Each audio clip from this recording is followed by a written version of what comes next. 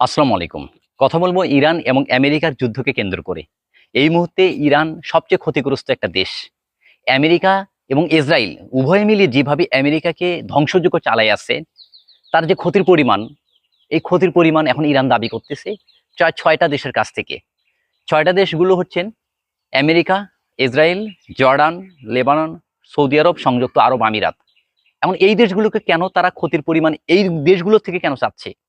কারণ আমেরিকা এই সমস্ত দেশের ঘাঁটি ব্যবহার করে ইরানে আক্রমণ চালিয়েছেন। আপনাদের মনে আছে নিশ্চয় যে যে একটা স্কুলে হামলা চালিয়েছিল, সেই স্কুলে ১৭৫ জন বাচ্চা ছিল এবং সমস্ত বাচ্চাই মারা গেছে। এই সামগ্রিক পরিমাণের দাঁড়াছে প্রায় $২৭০ বিলিয়ন, এবং এই $২৭০ বিলিয়ন তারা আন্তর্জাতিক অপরাধ ট্রাইব্যুনালে অটোমেটিকলি তারা দাবি জানাচ্ছেন যে তাদের ক্ষয়ক্ষতির পরিমাণ এত এবং এটা দিতে হবে। প্রশ্ন হচ্ছে, এটা কি আমেরিকা দিবে? যদি আন্তর্জাতিক অপরাধ ট্রাইব্যুনালে সত্যি নিরপেক্ষভাবে কাজ করে থাকে, তাহলে সম্ভবত এই দাবি, এই পরিমাণ ক্ষতি তারা পাইতে পারে। কিন্তু এখানে বাড়ছে আর একটা ঝামেলা। সেটা হচ্ছে যে হরমুজ প্রণালীকে নিয়ে যে নতুন সংকট তৈরি হয়েছে, যে মার্কিন যুক্তরাষ্ট্র বলছেন যে হরমুজ প্রণালীকে তারা অবরুদ্ধ করবেন। এই অবরুদ্ধ সিস্টেমটা কি? এই অবরুদ্ধ সিস্টেম হচ্ছে হরমুজ প্রণালীতে কোনো জাহাজ ঢুকতে গেলে আমেরিকা সেই সমস্ত জাহাজকে তল্লাশি করবে, এবং সেই জাহাজগুলো যদি ইরানের হয়, মানে ইরানের অর্থনীতির মূল চাকাটা কিন্তু তেল বাণিজ্য।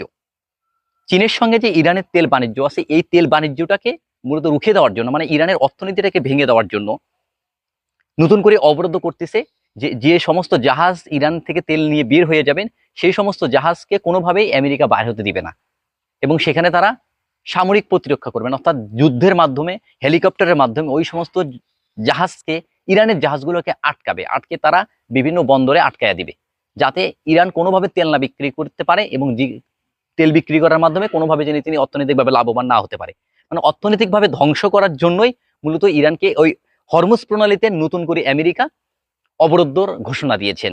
এটা মাথায় রাখতে হবে, আন্তর্জাতিক অপরাধ ট্রাইব্যুনাল অনুযায়ী এটা এককভাবে কেউ আধিপত্যবাদ বিস্তার করতে পারবে না। ওমান এবং ইরান, এই দুইটা দেশেই হরমুজ প্রণালীর একটা একক আধিপত্যবাদ বিস্তার করতে, যেহেতু এদের কাছাকাছি উপসাগরীয় অঞ্চলে। কিন্তু চাইলে এটা আমেরিকা করতে পারে, কারণ আন্তর্জাতিক অপরাধ অনুযায়ী, আন্তর্জাতিক আইন অনুযায়ী এই সমুদ্র সীমা সবার জন্য উন্মুক্ত, কিন্তু সেটাকে এককভাবে ব্যবহার করার কারো এখতিয়ার নেই।